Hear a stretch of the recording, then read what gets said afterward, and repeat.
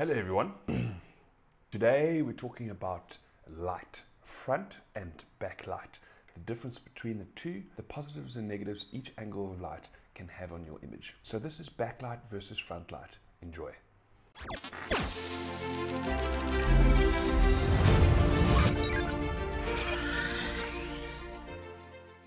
Now, an all too common mistake, especially in modern day photography, is to assume that the only way we can shoot is with the light falling directly on my face. For creating this video, that's exactly what I want, because I want details in my face and I want the background to drop away.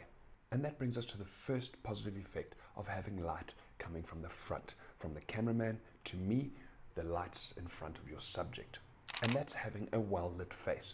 And having a well-lit face means we have lots of details. And that means we have lots of details on our face or our body. Front light can illuminate the whole body, which means lots of details on our body and on our face are evident. And that's probably the most positive aspect of having front light coming onto our face. The second positive thing has got nothing to do with your subject. It actually has to do with what's happening around your subject. By having the light falling onto the front of your subject, as well as the front of your subject's foreground and background, mean the details in your foreground and background are evident throughout the images, are evident throughout the image, from the foreground all the way through to the background. If you want details evident, front light is a very good way of doing it. One thing we must remember though, is there is some negatives to front light.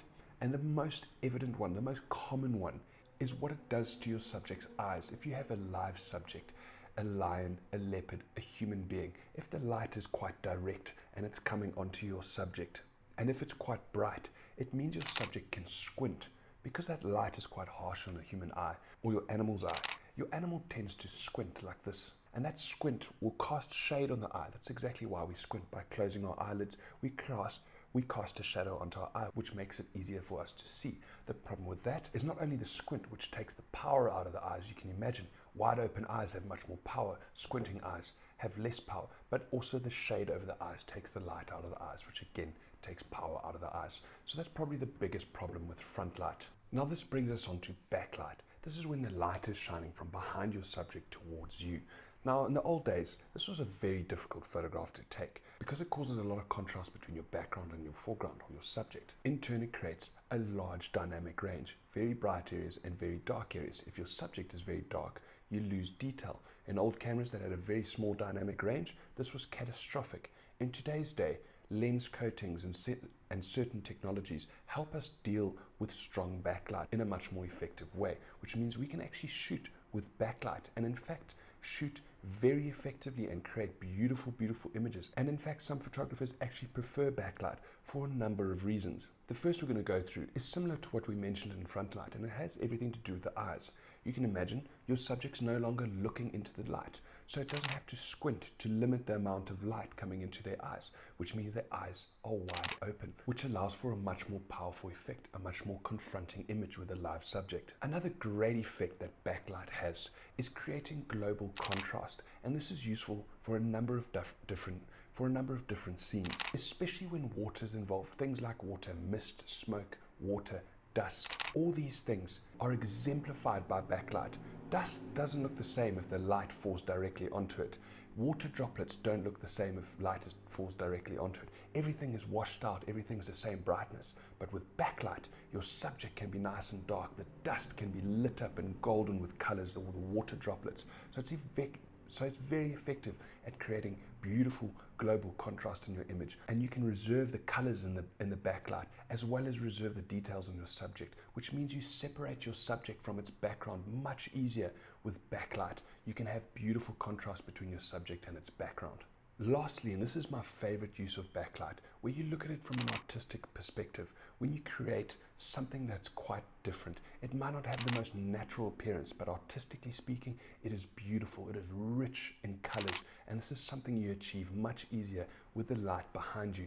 Those colors are much more evident, and the outlines of your subject are distinct, and you can create beautiful works of art. So backlight really does have a positive effect on your images. Now, like in front light or forward-facing light, Backlight does come with some problems that you've got to take into account. And number one, especially when there's strong backlight, if the sun is peeking around your subject and your subject's quite dark and there's a lot of light coming around it, your camera can battle to focus because it's not finding edges, because the focusing sensor is not finding contrast in those areas of strong light.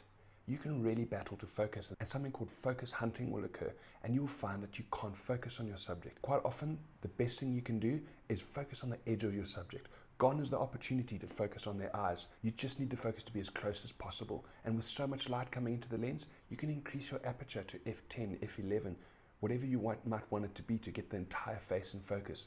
And then you can just find the ear, the edge of your subject. Your camera will be able to focus on that a lot easier. Another problem with backlight is quite obviously your subject now is going to be quite a bit darker to your background. And as we've discussed before, if it's too dark and you try and reserve those details, maybe it's lifting the shadows and post-processing, you'll see there is a loss of detail.